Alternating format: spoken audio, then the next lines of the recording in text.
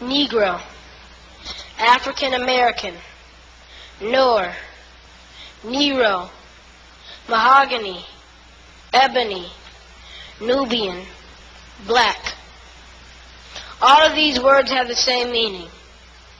Negro is a Spanish noun, descendant of the word Niger, meaning black. Somewhere in history, it was translated to the N-word by those who referred to us as economically, politically, or socially disenfranchised. Instead of the kings and queens, princes and princesses that we really are. We are descendants of the continent of Africa. Countries like Niger and Nigeria hold our rich heritage. Unfortunately, this misinterpretation of our heritage has been perpetuated among our own race. Rather than obliterate this disrespectful term, we have adopted it as a cultural phrase. You've heard it. What's up, my N-word? Or maybe you said it. Get out of my face, N-word. So why have we taken this word to use it in our everyday language to communicate to or about ourselves? Let me dispel the myth. As a people, we are neither economically, politically, nor socially disenfranchised. 56 years after the Emancipation Proclamation, there was an emergence of blacks who capitalized on their God-given talent. Embodied with the character of self-dedication, they joined together to make a new movement, the New Negro Movement to be exact. And if this name doesn't ring a bell, then you might be more familiar with the Harlem Renaissance, a band of writers, actors, musicians, poets, and inventors came together for a new beginning. This explains Renaissance, which means reborn.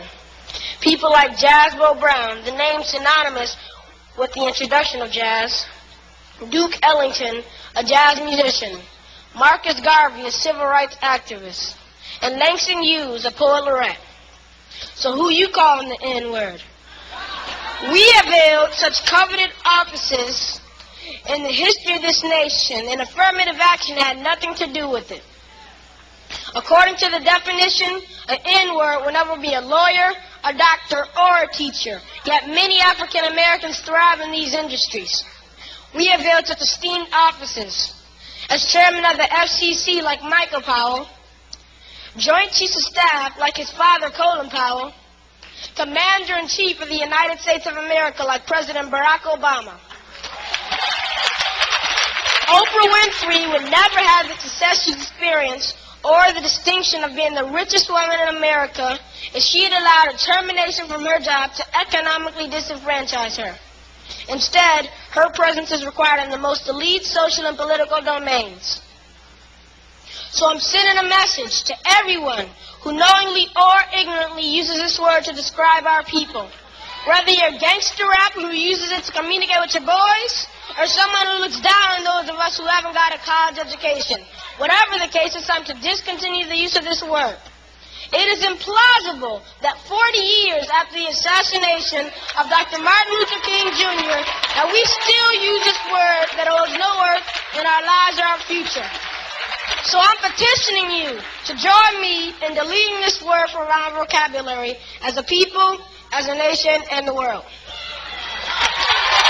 I'd like to add a stanza to James Weldon Johnson's Lift Every Voice.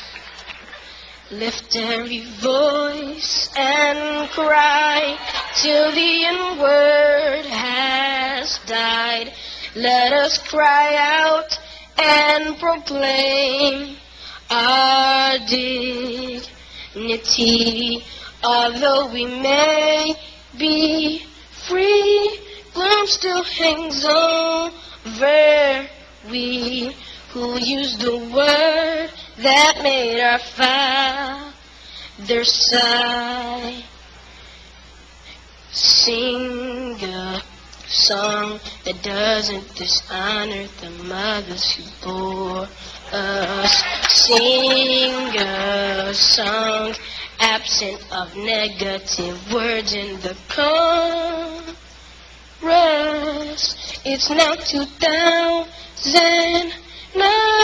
Leave the N-word behind. Choose words that speak purpose and not defeat. My name is Jonathan Emil McCoy, and I approve this message.